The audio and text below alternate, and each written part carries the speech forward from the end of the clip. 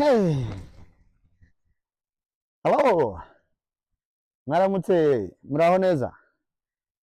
Welcome once again. Would like to thank you so much, all our followers, all our viewers. Thank you so much for subscribing. We would like to appreciate you so much. Now, our YouTube channel will be talking about much more about agrotourism in Rwanda, specifically about coffee farming, processing, and brewing, but all for promoting tourism, agrotourism in Rwanda.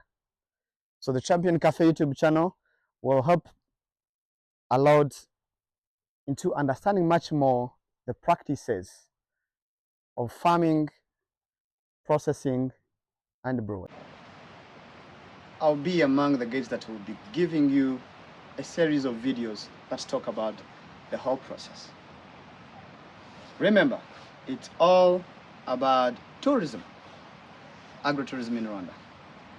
So thank you for watching. Now today we have an interesting story, which is actually a start of the series of videos that we shall be uploading on our YouTube channel. And today we are going to talk about the discovery of coffee, how coffee was discovered. There are so many stories that talk about the discovery of coffee. You can get them all over on different online platforms. But yes, of course, we have something also to summarize about the discovery of coffee. One, the discovery of coffee has a couple of stories, but everything goes and ends in the mountains of Ethiopia in the region called Kaffa region. And it goes like this. One day, without the date, somewhere in the mountains of Kaffa in Ethiopia, that's a country in East Africa, the Horn of Africa actually, a young herdsman who was looking after his goats missed his goats, and as he's looking for them around, he came to find them very happy eating a couple of berries from a certain tree that was really new to him, but they were eating a couple of berries, one that it looks like this, and were very happy.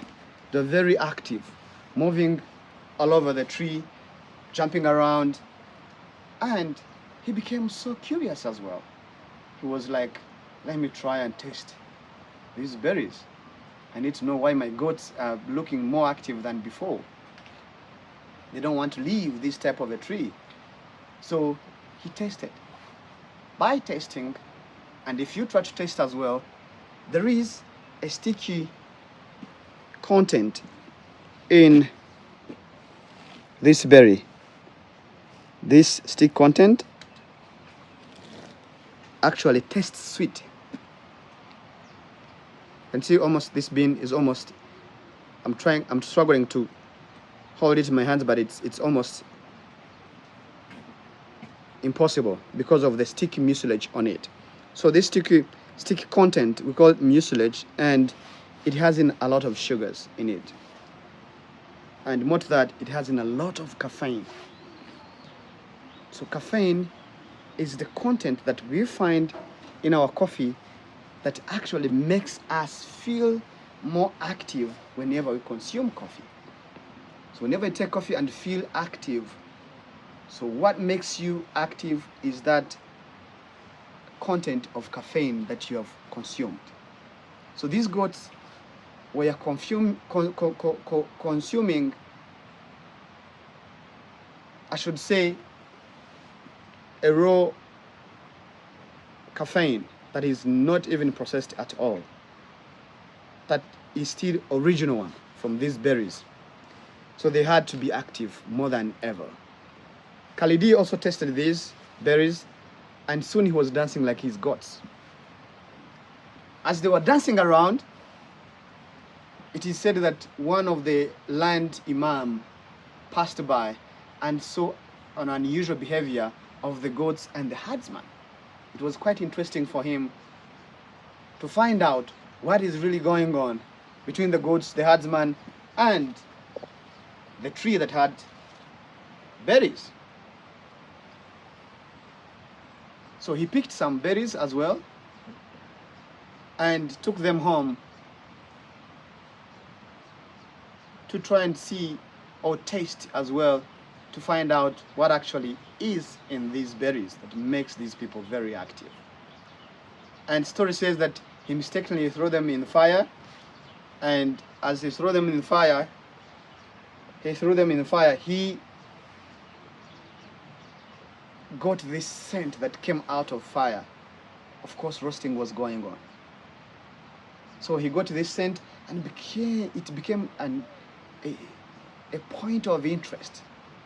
So he tried his best to get them out of fire, and later on ate them, started chewing them. They were like nuts. Saw them as a nut. So he started now chewing them, and soon he felt so active. So as he tried to talk to his colleagues around the village, it became a very good idea to take these beans, roasted beans, when they wake up early for their prayers as Muslims.